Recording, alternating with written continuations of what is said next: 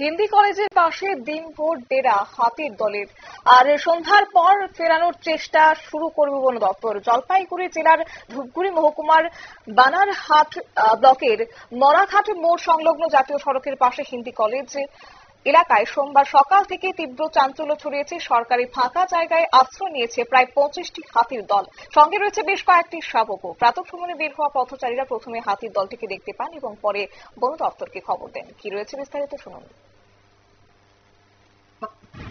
এখানে মরাঘাট কলেজের সামনে ঠিক পিছনটাতে হাতির দল দেখতে পাওয়া গেল। তার মধ্যে বড় দুইটা হাতি আগে ছিল, তার একটু পিছনে দিকে তিনটা, তার সাথে একটা বড় আছে, দুটো বাচ্চা আছে। এখানে মাঝে মাঝে দেখা যায় এরা জঙ্গলের সামনেই ফরেস্ট থেকে আসি এখানেই থাকে।